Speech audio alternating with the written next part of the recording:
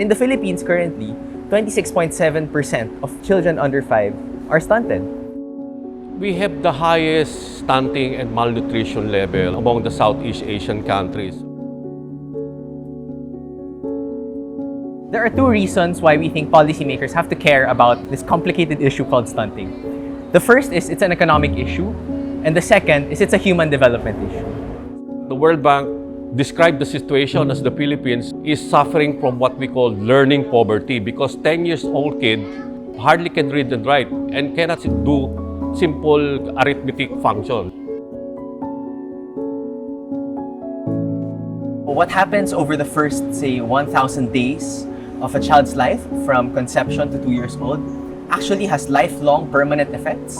And if we miss that critical window, it really impacts the educational capacity, the learning capacity, and the earning capacity of Filipinos.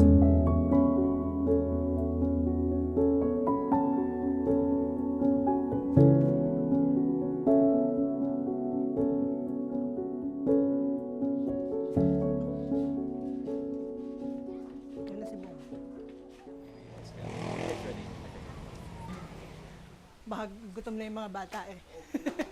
Pero nag-candy. I'm 𝑵𝒂𝒕𝒊𝒐𝒏. Meron din po akong maliit na tindahan para pagka po ako ay may ginagawa pong report, nandito lang po ako na nakakapag-ano din po ako ng kaunting para panghanap buhay din po namin. Kasi po ako ay isang volunteer BNS po sa aming barangay na hindi naman po kalakihan ang sweldo dahil allowance lang po yon para sa aming mga volunteer. Basta patawakan sa mama. Ako po ay nag-iikot din po dito sa aming barangay para makuha po namin ang mga malnourished na bata. Tao po, Marikoy. May feeding tayo, punta na tayo sa barangay. Yung pong underweight po ay talaga pong mababa ang timbang. Yun naman pong stunting po ay normal po yung bata pero mababa po yung kanyang height, ay yung kanyang height po dun sa underweight. Marabela Bitwiko. Bibong-bibo po siyang bata. Mahilig po siyang sumayaw at kumanta. Pangarap niyo para sa Makatapos po siya sa pag-aaral. Gusto po niya kasi pong mag-doktor. Yun ang gusto niya kasi gusto niya makatulong sa mga may sakit. Gusto daw niyang gagawin. 15.7. 15.7. Last year, ang malnourished ko ay 3 lang. Ngayon, ang malnourished ko ay 4 na. Ang stunted ko dati ay 3, ngayon ay 5 na. Mas madami ngayon. Studies on poverty has revealed that the phenomena of what we call intergenerational transmission of poverty.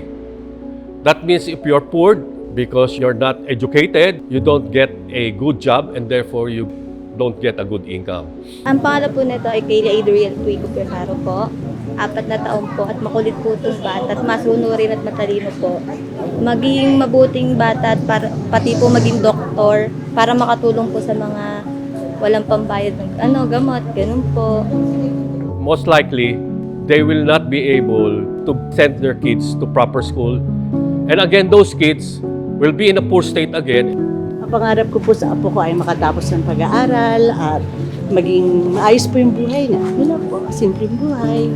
How do you break that cycle? It's obvious that you have to break that cycle by investing in proper nutrition among our kids. The root cause is really the consistently high food prices in the Philippines. The problem with previous studies on nutrition and stunting, they focus too much on the education of the person and the mother. The problem with that is that it doesn't take into consideration the so-called accessibility or affordability. So it's not just a matter of education. You may have to make it accessible. When you say it's accessible, it has to be affordable, particularly to the poor. And that's the major root cause of the problem. If you cannot buy nutritious feed, how can you educate yourself with proper nutrition? Ang mahal po ng bilihin po ng pagkain natin, Kaya po yung ibang mga nanay, hindi po nila masuportahan kung ano po yung ibibigay nila sa mga bata. Dahil kulang po nga po sila sa budget po nila. Minsan kasi ang kinakain nila sitsirya lang, iniulam nila sitsirya. Hindi ba sapat yung kinakain nilang masustansyang pagkain, kaya ganun? The very high food prices in the Philippines, specifically the prices of protein-rich foods, vitamin A-rich foods, and iron-rich foods, which are very, very important for brain development. What happens is our people overconsume yung nakakabusog, no? Kanin. If you look at yung kinakain ng isang household versus kung ano sana yung ideal, no? Ano yung healthy, we really eat too much rice. Hindi natin bine-blame yung mga households eh. Kasi socioeconomic issue siya eh. Mahal yung karne, di ba? Mahal yung gulay. And para mabusog, kain na lang tayo ng kanin. To solve the problem of these high food prices, I think we really need seriously rethink our agricultural trade policy, which is very protectionist. We want to be food secure on rice self-sufficiency no matter what. What is the impact of that? More than 60% of the budget of the Department of Agriculture is devoted to rice productivity enhancement program. Farmers voice concern over proposals to reduce or remove tariffs on rice imports. For the Federation of Free Farmers, it will be much easier for importers to bring rice into the country. Cuts on imported rice tariffs, plain and simple, is this good or bad for farmers? This will invite more imports to come in, and leading to what I mentioned earlier, to the likelihood of lower prices of palay. We are not efficient producer of rice because we don't have a large flatland area in the country. So if you look at Vietnam or Thailand, they have huge, large flatlands that can easily plant rice. Our obsession on attaining rice sufficiency is practically like our obsession to excelling in basketball. But unfortunately, we're not genetically predisposed to playing basketball because we're small people. So what do? We spend a lot of money hiring imported players so that we can excel. It's just like our obsession to rice. We keep on wanting rice, but unfortunately, the natural makeup of this country is not really for rice production. So what is the option? Instead of putting that money in irrigation of more rice areas, you put your money in crops where you can earn higher price or higher income. We need to be able to address this issue of malnutrition and stunting because the future of the Filipino kids are at stake here.